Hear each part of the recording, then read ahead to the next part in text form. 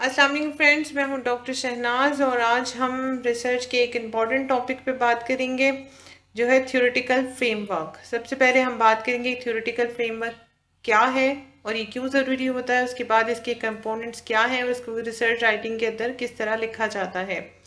Basically theory जो है वो हमें किसी भी फिनोमेना को अंडरस्टैंड करने के लिए, उसे एक्सप्लेन करने के लिए या प्रिडिक्ट करने के लिए ज़रूरी होती है। थ्योरी के ज़रिए हमें पता चलता है कि इस फिनोमेना को हम किस तरह अंडरस्टैंड कर सकते हैं, किस तरह एक्सप्लेन कर सकते हैं और किस तरह इसके बारे में मज़ीद प्रेडिक्शंस कर सकते हैं। और जो थ्योरेटिकल फ्रेमवर्क होता है वो रिसर्च के हवाले से इस चीज़ को आइडेंटिफाई कर रहा होता है कि ये रिसर्च किस थ्योरी को सपोर्ट कर रही है और थ्योरी की वजह से ही हम ये प्रूव कर पाते हैं कि ये रिसर्च टॉपिक कितना इम्पोर्टेंट है और क्यों इम्पोर्टेंट है और इसकी जनरलाइजेशन कहाँ कहाँ हो सकती है। जैसे मिसाल के तौर पे अगर हम एक टॉपिक लेते हैं टीचिंग लर्निंग प्रोसेस के अंदर और लर्निंग में हम ये देखते हैं कि इम्पैक्ट ऑफ रिवॉर्ड या effects of reward on students learning at primary level. जो प्राइमरी स्कूल के स्टूडेंट्स हैं उनकी लर्निंग पर रिवॉर्ड किस तरह इफ़ेक्ट कर रहा होता है, तो इसको देखने के लिए हम किसी थ्योरी की सपोर्ट लेंगे।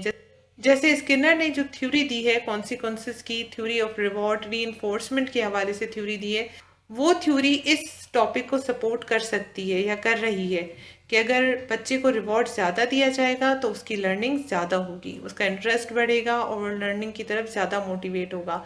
जैसे टीचर्स स्टार्स देते हैं, क्लास में क्लैपिंग करवाई जाती है बच्चे को मज़ीद मोटिवेट करने के लिए, रीइंफोर्स करने के लिए। बच्चे को पता है कि अगर वो ज़्यादा अच्छा स्टडी करेगा, ज़्यादा अच्छी तरह स्टडी करेगा तो उसको कोई क्लास में रिवॉर्ड्स दिए जाएंगे या घर में रिवॉर्ड्स दिए जाएंगे तो उसकी लर्निंग की तरफ उसका इंटरेस्ट ज़्यादा बढ़ता है।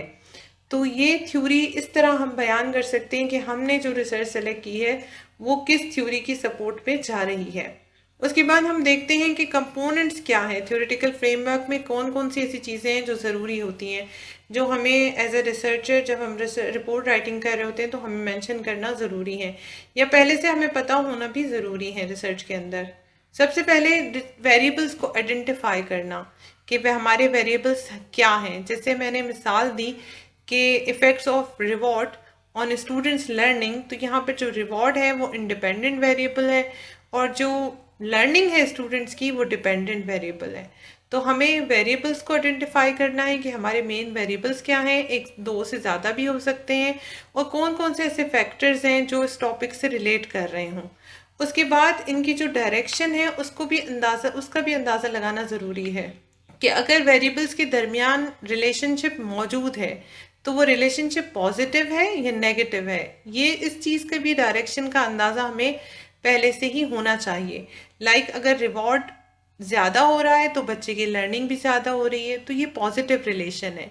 लेकिन अगर हम इसी जगह पर इम्पैक्ट देखते हैं या इफेक्ट देखते हैं, effect of punishment on students learning, तो अगर कोई रिसर्च प्रूव कर रही हो कि अगर पनिशमेंट बढ़ती है तो बच्चे की लर्निंग मुतासर होती है, बच्चे की लर्निंग कम हो जाती है, उसका इंटरेस्ट लर्निंग की तरफ कम हो जाता है उसको अगर ज़्यादा पनिश किया जाता है, और तो हम ये कह सकते हैं कि पनिशमेंट और लर्निंग के दरमियान नेगेटिव रिलेशन मौजूद है।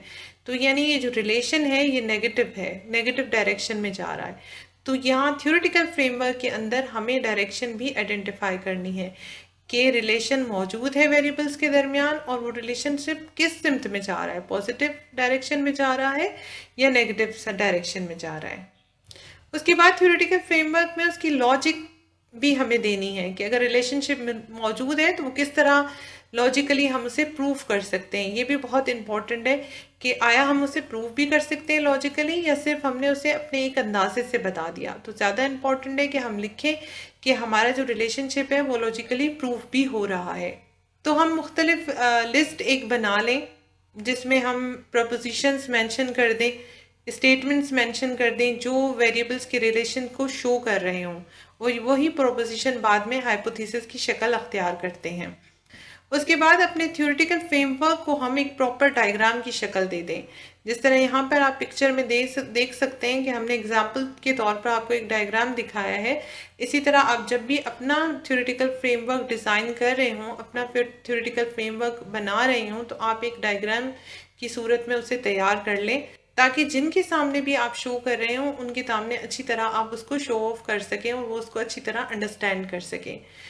तो ये तो था हमारा आज का डिस्कशन, जिसके अंदर हमने डिस्कस किया कि थ्योरेटिकल फ्रेमवर्क क्या है। थ्योरेटिकल फ्रेमवर्क बेसिकली एक स्ट्रक्चर है जिसके ज़रिए हम अपनी रिसर्च से रिलेटेड सपोर्ट में थ्योरी लेकर आते हैं। उसकी जो थ्योरी हमारी रिसर्च को प्रूफ कर रही होती है या सपोर्ट कर रही होती है, उसके अलावा उसके कंपोनेंट्स को हमने डिस्कस किया कि सबसे पहले तो हम वेरिएबल्स को आइडेंटिफाई करते हैं, उनके रिलेशनशिप को आइडेंटिफाई करते हैं, डायरेक्शन बयान करते हैं कि डायरेक्शन क्या है, पॉजिटिव है नेगेटिव है, उनका लॉजिकली जो रिलेशन है उसको प्रूव करते हैं। उसके बाद प्रोपोजिशंस उससे रिलेटेड लिखते हैं, उनको एक सीक्वेंस देते हैं और फिर हम एक डायग्राम की सूरत अपने पूरे थ्योरेटिकल फ्रेमवर्क को दे देते हैं। तो ये तो था हमारा आज का डिस्कशन। उम्मीद है आपको पसंद आया होगा। अगर वीडियो पसंद आए तो इसे लाइक और शेयर करें, चैनल को सब्सक्राइब करें। मिलेंगे अगली वीडियो में, तब तक के लिए अल्लाह हाफ़िज़।